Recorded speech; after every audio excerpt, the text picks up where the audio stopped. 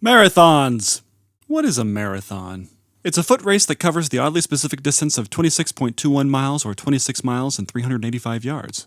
Not to mention terribly inconvenient if you happen to be one of the people not running in the race and have to go to the fucking grocery store.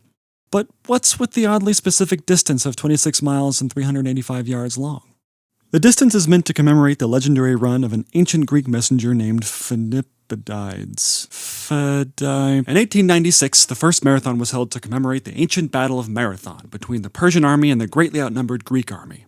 The story goes, in 490 BC, Philippides was sent from the battlefield to Athens, about 24 miles away, to tell the Athenians the Greeks had defeated the encroaching Persian Empire. He arrived in Athens and proclaimed, "Viking!"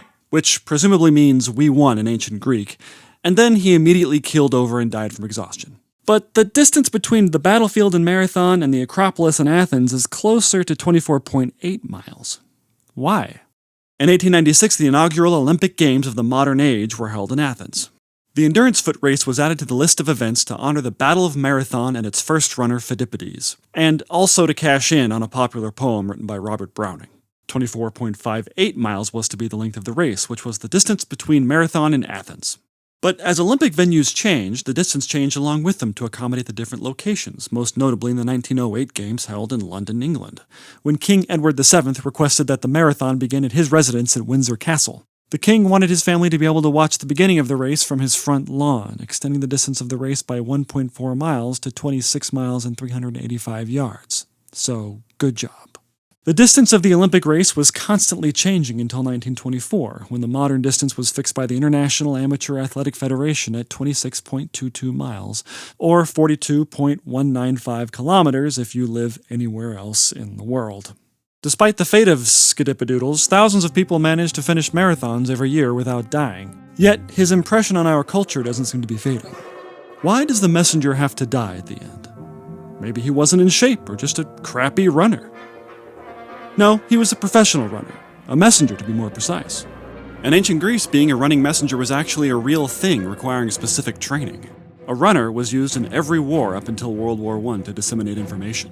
In the 5th century BC, a Greek named Herodotus, known as the father of history, mentions Falafalotl in his account of the Battle of Marathon in Book 4 of his work, Histories.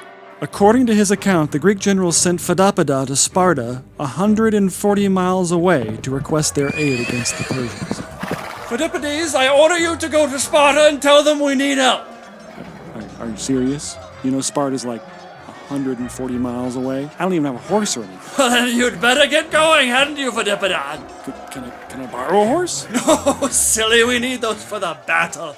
Silly. But it'll take a fraction of the time for me to get there. What's a fraction? Maybe if I could borrow one of the smaller... Okay, off you go, Phidoppides. Yeah! Herodotus reports that Phidoppides encounters Pan on his journey, the god of the wild, shepherds and flocks, nature of mountain wilds and rustic music, and companion of the nymphs. Pan is also considered to be the god of theatrical criticism. Hey, you, come here. Come here. Not this time, Pan. I've got a lot of running. No, let's just take a second. I've got a message for the Athenians. What's the message? Just come closer.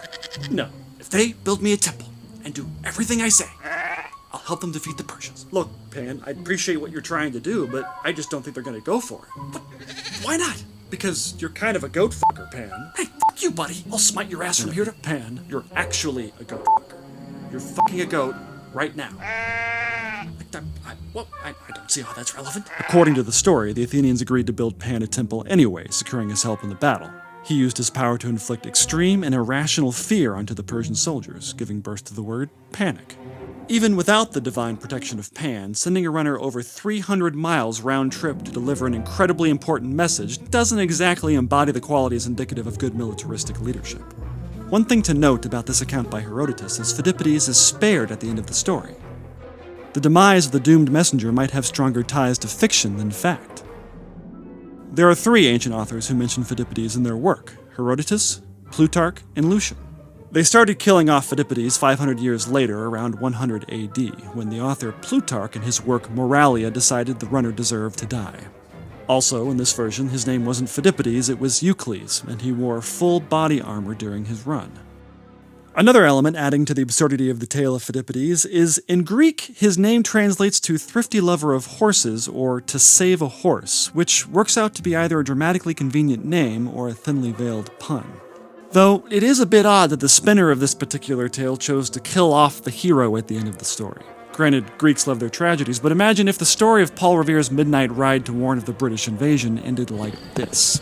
Hey, everybody, the fucking British are coming. Get your fucking guns and get the fuck out of here. And then he immediately keeled over and died from exhaustion. Perhaps Phidippides was the brand name for the first messaging service, a precursor to the Pony Express or FedEx. So back to the original question, why is a marathon 26.219 miles? Well, Who cares? the better question is, amongst the endless anthology of stories bestowed upon us by history, why has the bizarre tale of Phidippides stayed with us?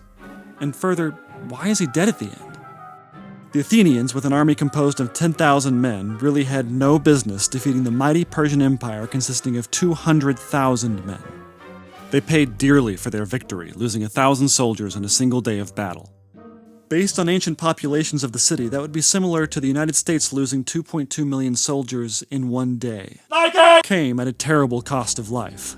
A cost that is easily overlooked but so beautifully encapsulated in this image of a soldier delivering a message of victory for his city and then expiring from the effort.